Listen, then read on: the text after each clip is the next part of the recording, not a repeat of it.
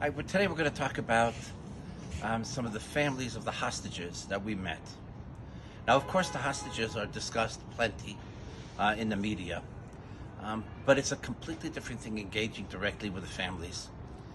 We met the families of 3 different hostages. We'll focus today on 2 particular ones that we met. And just to show you the difference of how the approach of the people is, the families are regarding the situation. One is the family of Louis Har. He's a 70-year-old man. 5 of his family members were taken. 3 have been returned. He and another family member, a man, are still in captivity, 70 years old. The second hostage family we met that same day was a completely different story. There was Liri Albag, an 18-year-old girl, who was one of the observers of the border fence, a soldier. And to see the anguish of the families, but each one thinking about it in a different way based upon the status, the situation of the family member that's in captivity. Whether it's a matter of age and infirmity and issues that have to be dealt with that, concerns for making sure the medicines, all the necessary things are there. It's very, very frightening. And then when talking about a very young person, especially a female, and particularly a soldier, the concerns are of a completely different nature.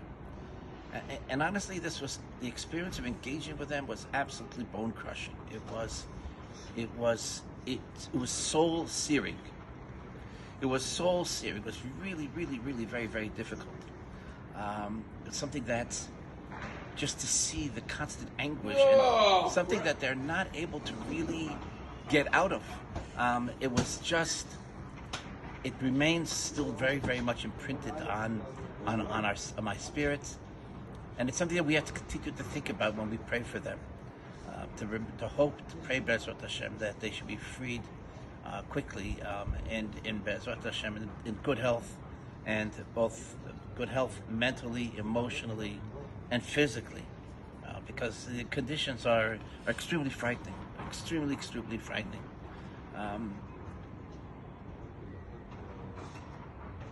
We came as just strangers into their homes. They have no way to know who we are.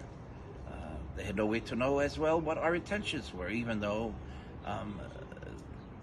the communication they received about us was, of course, of a very positive nature. It's just when they finally felt comfortable enough to unbridle their spirit, to really share with us. You walked into the living room of their mind, where they live, where they think. It's just horrific. It's just horrific. Part of a responsibility as a frum person is to be noseh be'olim chavero, to try to feel, to be empathetic. And if you allow your mind to go there, to that level of empathy, it really, really, really is difficult. But Bezrat Hashem, the more we can relate and connect to them, the more our tefillot can be heartfelt, and the more Bezrat Hashem, hopefully we can awaken the Rachamei Shamayim, the mercy of heaven, to bring this horrific situation to the best and the most positive outcome.